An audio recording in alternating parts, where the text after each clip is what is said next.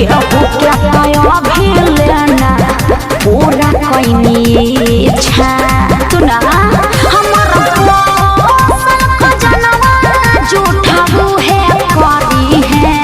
क्या कहत हो तो सुनी लो कान खोल के पंडित साहू लोहार हो राजा भरजी हमर भक्तार बनी है तो सुनी लो कान खोल के पंडित साहू लोहार हो राजा भरजी हमर भक्तार बनी है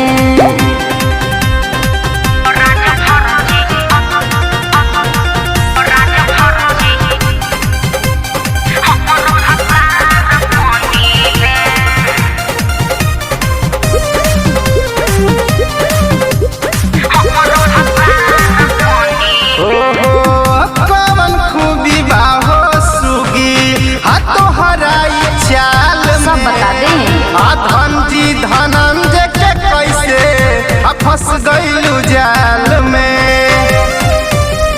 हाँ हाँ जा होने हटा तोहरा गोली नहीं डाल हो राजा भरजी के माल होई करती है बवाल हो सुनो लाल जी प्रेम चित्तरंजन में से मनोज जानी है मन बुखा तो सुनी लो कान खोल के कोई नुनिया कोहार हो राजा भरजी हमर भक्तार बनी है तो सुनी लो